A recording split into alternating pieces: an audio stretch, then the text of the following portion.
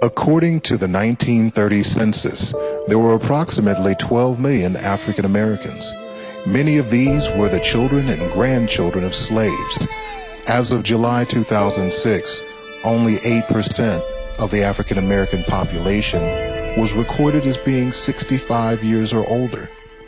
With an average life expectancy of 72 years for males and 79 years for females, we have lost or are about to lose the foremost experts on how we are all connected.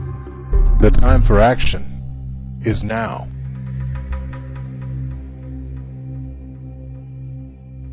Welcome to Reconnected. I am your host, Dahada Harris. This series will take you on an informative journey of self-discovery that we call genealogical research.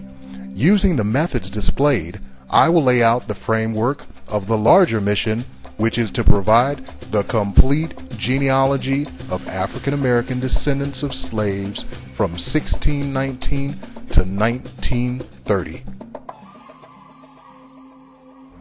It is said that in the beginning, when God created the heavens and the earth was formless, empty, and darkness was over the surface of the deep. And God said, "Let there be light," and there was light. God saw that the light was good, and he separated the light from the darkness. God called the light day, and the darkness he called night. And even today, the evidence still shines.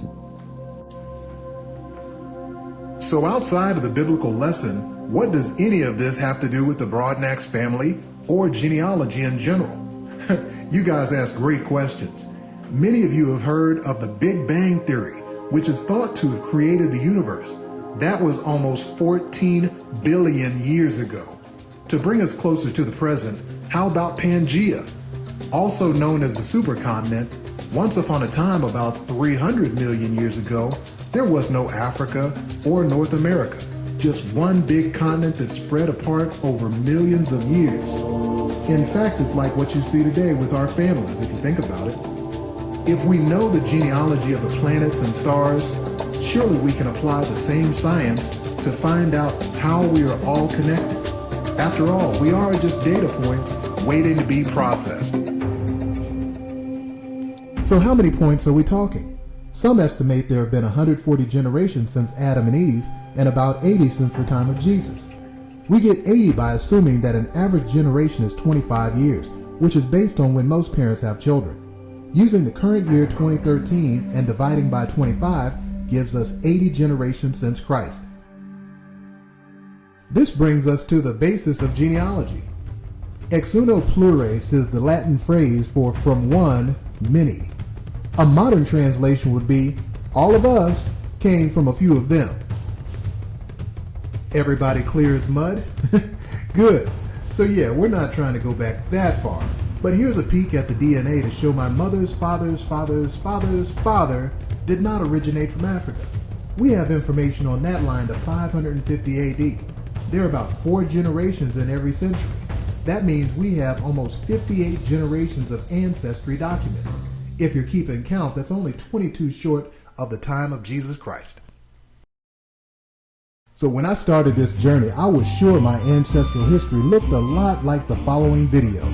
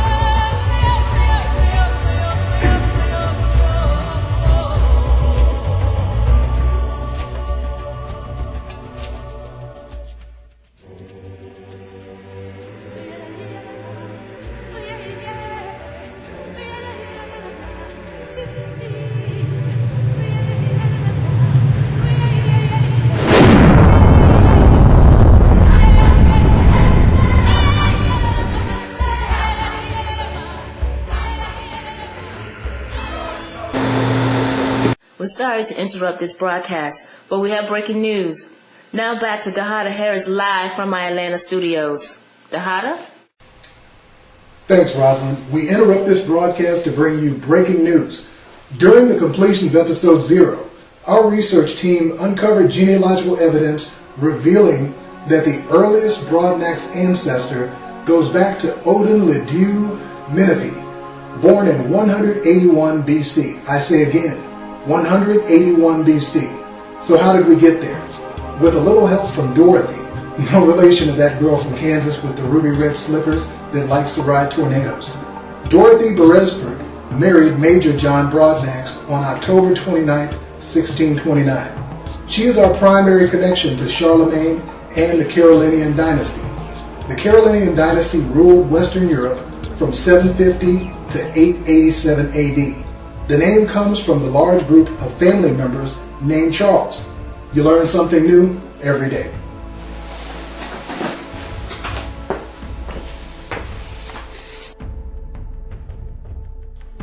So why is Charlemagne so important?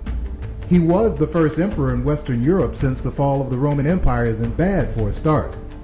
Some historians record him as being a foot higher than the average man at almost 7 feet tall. Folklore even suggests that Charlemagne is not dead, but actually sleeping, awaiting the battle against the Antichrist. I don't know about all that, but he comes from a bloodline that has been recorded in history as saving Christianity before.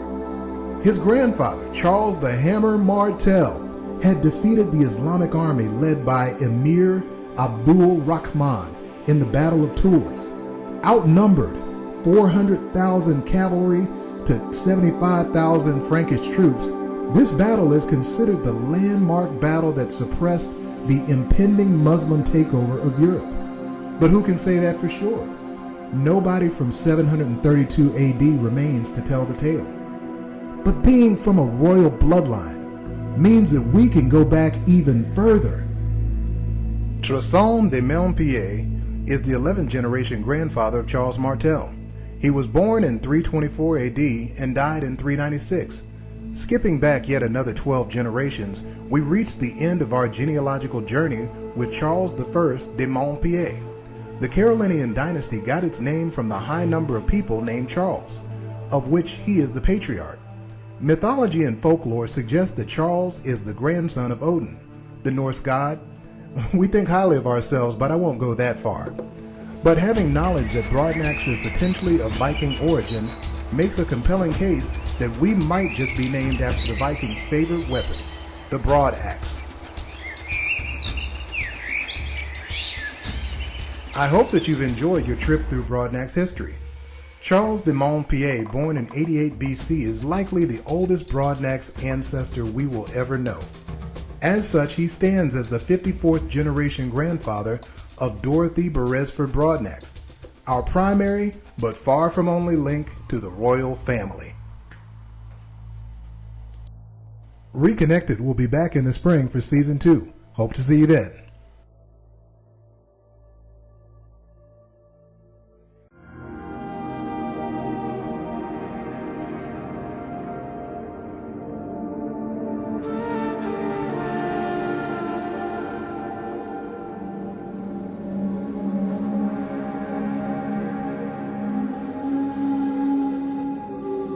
Reconnected is brought to you by the Initiative Group, Inc. Your ancestors are waiting. The time is now.